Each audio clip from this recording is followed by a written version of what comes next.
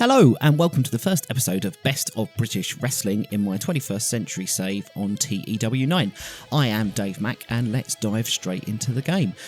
This is the first show we're going to be booking after taking over 21st Century Wrestling. I think you'll notice that I have moved on to the day one opening pack of new faces from James, which is on the TEW website, on the forum. Much better pictures on there, which is much better now, which has made me a lot happier from when we've done the introduction, so I've changed all that up.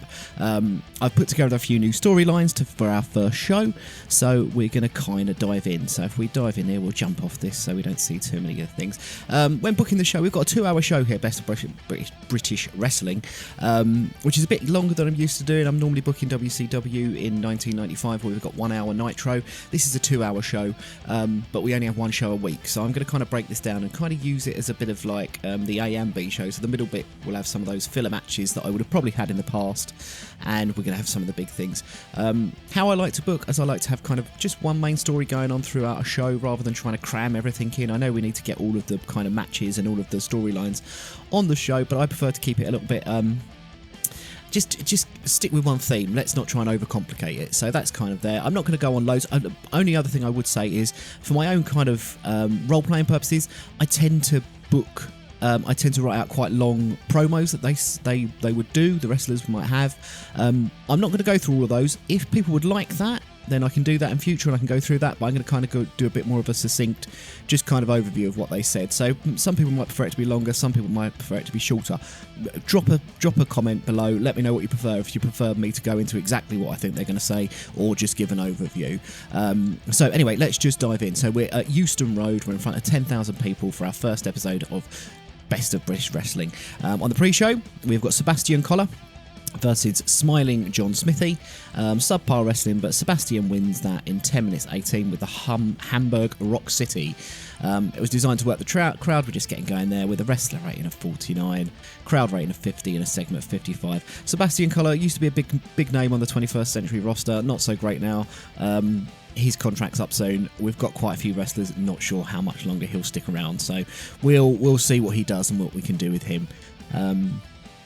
Next up, we have Bo Boulder versus Edward Cornell.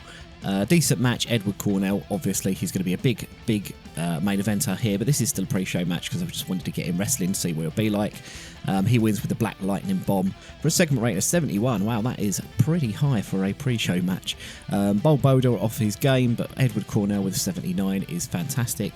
And Boulder and Catherine Lee have got good chemistry. Bo Boulder's another one whose contract's coming up, so I wanted to see what it'd be like. With an in-ring of 52, some decent chemistry with his manager, I think he'll definitely be hanging around a little bit longer, so not too bad for O'Bowl.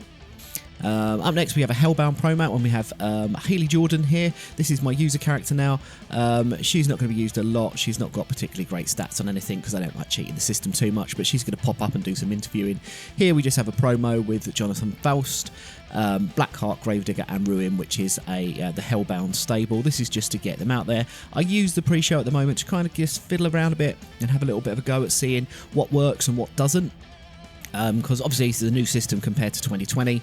I'm trying to work out the angles and how the angles work and how we can make it work best for us so that the actual show, the proper show that we're going to get rated on, is half decent. Plus this is a good experience for these guys to get a little bit, get in front of the camera, well, not in front of the camera, but off screen, but on screen doing some things there. So Haley Jordan debuted a bubbly babyface gimmick, which has got an initial rating very good. That's good.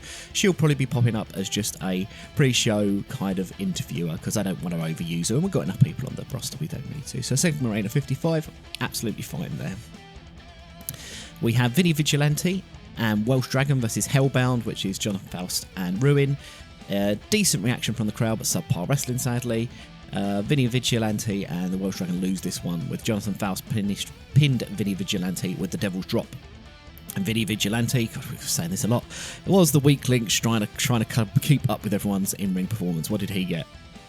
31. He is very much a jobber, so I'm not really surprised there. Welsh Dragon with a 52. He's always been a favourite of mine. I kind of like that silly gimmick that he's got, which is kind of good.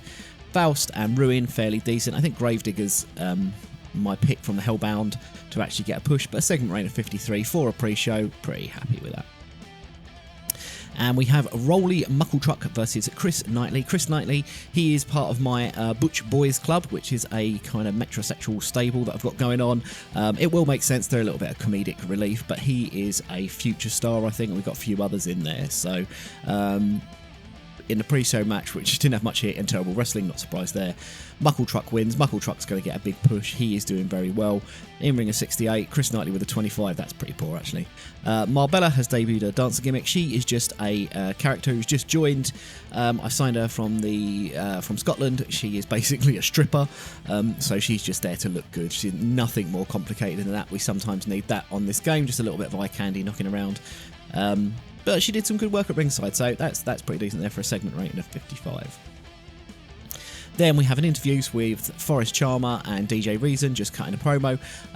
He again is a member of the Butch Boys Club. Forrest Charmer's kind of a new face on the block in 21st century wrestling, and he is an absolute nailed-on star for the future by the looks of things. Really looking forward to working a lot with him. He is very much a jobber at the moment, but I am going to push him to the moon. He's going to get some good push, so we're sticking him on camera there with DJ Reason. Hopefully a little bit of his quality will rub off onto Charmer and we'll get something there. Segment rating of 49, which is not too bad considering Charmer is an absolute nobody. Obviously Reason probably carrying that one there. So we are delving into the actual opening of the show, and we have Tommy Cornell. He announces at London Calling he will be retiring. He's going to hang up his boots. But he says before he retires, he's going to make sure he becomes a 21st century Grand Slam champion and win every one of the titles before he hangs up his boots. Out comes his cousin, Edward Cornell, and says thank you for finally putting us all out of our misery, and finally you're going to stop embarrassing the Cornell name anymore, and he's going to make it his goal that Tommy Cornell does not win all of these belts that he says he was. So we have Tommy Cornell there with Jeff Nova in the ring. We have Compton Balance and Langdon Herring, who are our tag team champions, are off screen. We've got Wade Orson, who is our world champion, War Machine, who is the UK champion. We have got a segment rating of 86, absolutely not surprised there. So we've got part 1, which was Tommy Cornell speaking, got a rating of 88. Then part 2, when Edward Cornell came out, got a 73, so not bad there. Edward Cornell did not work well without a script. Well, tough luck. You're going to have to do that a little bit more, mate, because that is what we're doing, and you're meant to be one of my top stars. I'm not scripting you. But Tommy Cornell, superb without a script. He had the crowd eating out of his palm. Tommy Cornell, not in a storyline, but his retirement is going to be a big storyline over the next 8 months up until London Calling. Hopefully it'll be a good one. I want to really push him in this idea that he wants to become a Grand Slam champion, winning the tag, the UK title and the world title one more time before retiring. So yeah, that's quite a nice one, and I'm happy with an 86. That's really good there. We then have a video of the Butch Boys Club basically working out in the gym to some dance music. I had an angle idea that I used, and it was a failure for a segment rating of 22. Oh, geez Louise. Pretty poor. We've got Bret Hart Break, Forrest Charmer, Chris Knightley, Luke Cool, Phil Harmonic, Philip Cooper, Marbella, and Hargreaves, who's like a little snivelling kind of butler to the Butch Boys Club. This is just meant to be a bit of a promo. I want to push these guys because there's some real potential within this group. We've got a mixture of people who can take some pins. We've got some mixture of some people who are a little bit popular at the moment, so I want to push these quite hard. So I was hoping better than a 22. But you know what? We've used one of these new angle things and it was a failure. It was a very risky one, so who knows what we would have got if it had been better. But we'll move on for the next one. In a poor match, Landon Mallory beats Phil Harmonic with the Springbok Ram in 13 minutes and 4 seconds. Wrestling rating of 48, crowd of 47, and a segment rating of 50. We've got hot crowds, so that's not too bad. Phil Harmonic was off his game. Hargreaves did some good work at ringside, and Phil Harmonic and Hargreaves have good chemistry, so that's really good. Landon Mallory is a really big name. He's a one that I think in the last game everyone who played as 21st Century Wrestling would be signing, so really happy to see him on the roster. He's going to get a big push. He's got a unique look and he's got a really good skill set, so going to get him pushed up the card at the moment. We need to get a few of those kind of mid-card to upper to major stars, so he's going to be definitely one that we're going to push there. And you know, as I say, these Butch Boys Club guys are going to get a little bit of a push as well along the way. Up next, we have Adam Matravers, Tommy Cornell, and Wade Orson all meet backstage, and basically Matravers and Orson congratulate Tommy Cornell on what a fantastic career he's had. Wade makes a joke that he's not going to be giving up his title without a fight, and he heard what Edward Cornell said, and any enemy of the House of Business is a friend of his. So why don't they team up one more time and teach the Red Devils a lesson? So we've got Viktor Beskov and Yuri Ilyakov, who are the Red Devils, a part of the House of Business with Edward Cornell. So that sets up our main event, which is Tommy Cornell and Wade Orson against Viktor and Yuri, which is pretty good. We've got an 82 rating, that's really good, happy with that. Matravers struggling to go off script, which is a shame. Wade Orson struggling to go off script as well. That's a shame because he is my world champion. He's going to be pushed a lot. He's going to be focus of the show quite a lot. So step your game up, Wade. He's kind of like... if I was to liken it to someone, in my eyes, he is a bit like a Will Ospreay. He's a new generation star. He's kind of early 30s, new generation star. He's a good in-ring kind of hand. So, yeah, he'll do all right up there. We just need to push his pop up a little bit more, which is why teaming up with the likes of Cornell will help him in the short term. Then we have Adam Matravers and Crouching Storm Hidden Sifu versus the Butcher Boys Club of Philip Cooper, Luke Court, and Forrest Charmer. Matravers and Crouching Storm Hidden Sifu get the win. Sifu pinned Luke Court with a roaring back fist. Forrest Charmer's the weak link. Yeah, I know he's going to be, but he's going to get a bit of a push, so tough luck there. Pretty decent all round. 31 in ring from Charmer's, not too bad. Segment rating of 59. I'm reasonably happy with that. We can enjoy that. Up next we have Lee Burton, who recently lost his world title to Wade Orson, and he cuts a promo just basically saying he's going to do everything to get his title belt back, for a segment rating of 76, which is not too bad there. We've got a very hot crowd, so that's really good. Again, I wrote out quite a long promo for this, just because it helps my own kind of creativity with the game. Whether or not people would want me to go through that word for word, I don't know. Again, please do let me know if you'd rather me do that and it kind of fleshes out the characters a bit more for yourselves. That would be fine.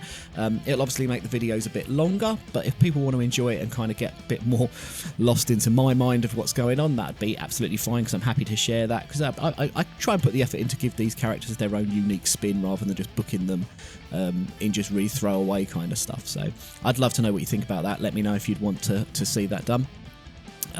We then have a match between Joe Simpson and Lee Burton. Good bout and decent wrestling. Lee Burton beats Joe Simpson with 6 minutes 32 with a back suplex. It was telling a story. The story is basically that Lee Burton's a bit of a crazy crackpot. He's a bit of a psychopath.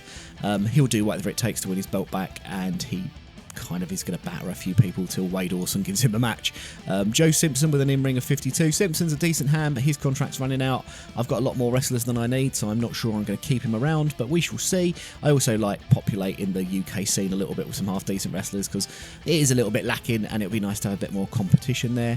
Lee Burton with an in-ring of 73. I need these guys who are at the top end of the card to get these numbers up a little bit higher. I want Lee Burton to be a little bit higher than that. I want my champion to be wrestling with in-ring performances of 80s, late 70s, 80s, 90s, rather than 73. So we're going to keep working with that, but a segment rating of 60 and the crowd loving it with a 72, so we're quite happy with that.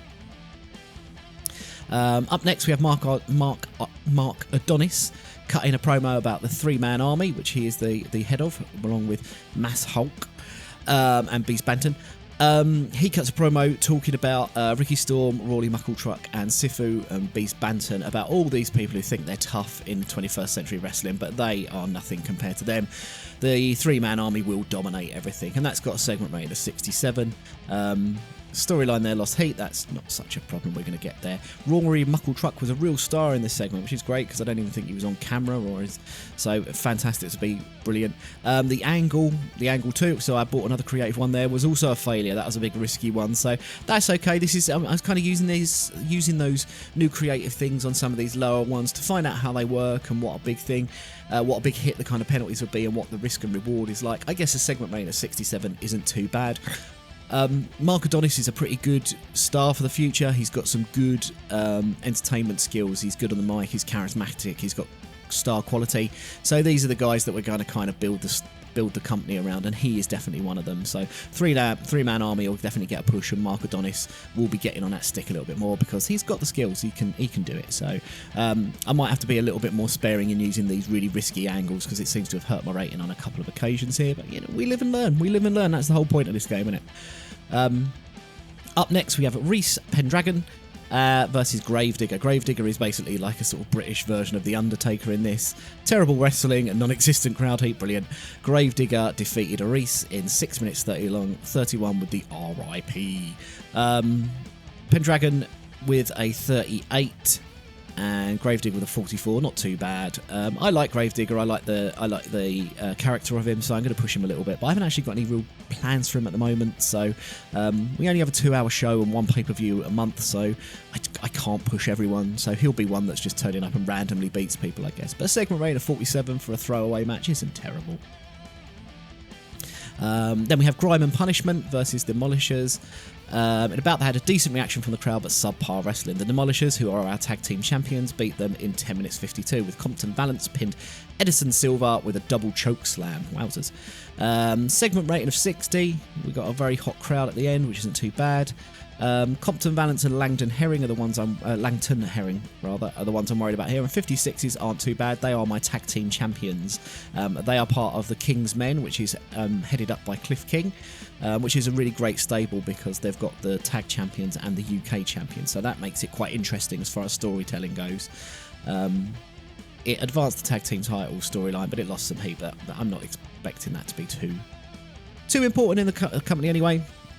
And then we have Simon Lees, who's a British comedian. He catches up with Cliff King, who says no matter what Tommy Cornell says, his King's Men won't be losing their titles. The tag champs, War Machine, and the chosen one, Evan Alpas, will make sure the King stays surrounded by gold.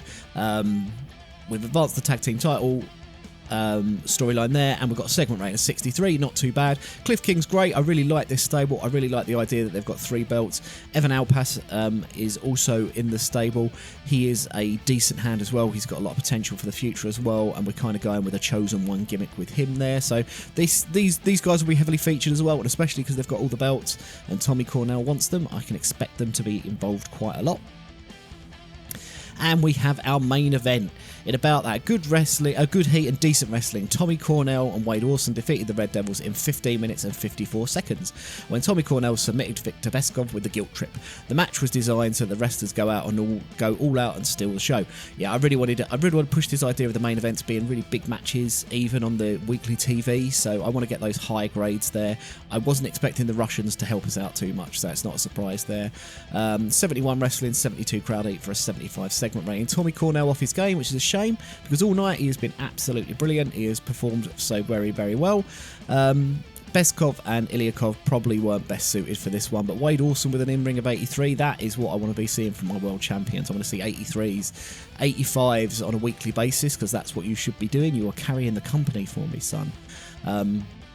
And to end the show, Tommy Cornell, he holds Wade Orson's title a little bit too long. Kind of looking at it, and he eventually passes it back to Wade, and they raise their arms in celebration and go off together. But Tommy Cornell has clearly got his eyes on the gold there. To end the show with a segment rating of 73. So not too bad overall. Let's see what we've got coming up here with that. An overall rating of 75. That's not going to be quite good enough. I think we need to be getting like 77s, I think, for the TV. I think probably the main event there let me down a little bit. I probably maybe shouldn't have asked the Red Devils for be going all out, but you know what, as we say, we are living and learning with this. We are going along and seeing what's happening with the game, but yeah, need higher than 75s there. So let's finish the show. Our financial report says that we should get a little bit of money in it. We need to be making money. We've got to be in a more profitable position. We've got to have about $10 million, I think, in the bank. And we are hemorrhaging cash because we've got loads of wrestlers on the books. So that is something I really need to look out.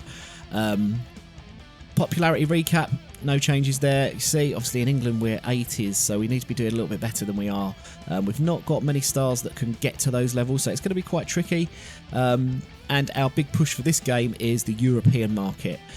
We want to break into Europe because that is the kind of idea that Jeff Nova, who is the owner of 21st Century Wrestling, really wants to break into the European market. So that's what we're going to look at doing. That's what we're going to try and do. So not too bad there. Overall, for a first show, not particularly sad with the 77 rating. A 75 rating. It could have been a little bit higher. I think I've definitely learnt a few things about the mechanics of the game and how it goes on, so that's really good there. We've got the Tommy Cornell story going on. It's going to last about 8 months because it's about 7-8 months until London Calling, so that's a big ask for him to see what he's going to do. Best of British Wrestling, what do they think? Yeah, it was pretty good. People seem to enjoy the show, so that's not too bad. We're kind of happy with that.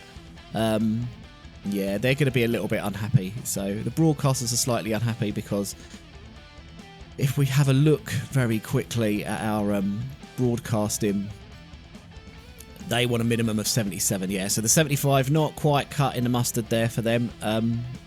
Yeah, I don't really want to do anything to change this deal because we get a lot of the revenue. It's a really good deal for us at the moment. It covers in the UK really well, which is good for us. So yeah, we've just got to step it up next week. We step it up next week. I've kind of got a few of the storylines rolling, which is really good. We've got a few of the debuts out there. Like I say, I think every week we want to tell like maybe one story in the show and go from there rather than telling all the stories in one go. I want to kind of let them breathe a little bit. So maybe we'll see a little bit less focus on Tommy next week, Tommy Cornell's retirement, and maybe a little bit more on something else that is a little bit more interesting. Not a bit more interesting, but a little bit more interesting for one show rather than trying to fit them all in there. So not too bad. Not a particularly unhappy start we've got going there. If you've got any questions or comments, I know this is a C-verse game, so not everyone plays the C-verse massively. So if you've got any ideas or any comments or any questions you'd like to ask about it, feel free to just stick them in the comments below. I am still working on my WCW save. I've looked to change the database over to TEW9 because I quite like playing this. I like the angle system and stuff like that. However, the game doesn't port the databases over particularly well, so I'm having to mess around with that a little bit to try and get that back to working how I want it to work. But once I do, we'll be having both of those series running at the same time, which should be quite fun. But as I say, questions, comments, please do like and subscribe to all this, and I'll see you very soon. Bye.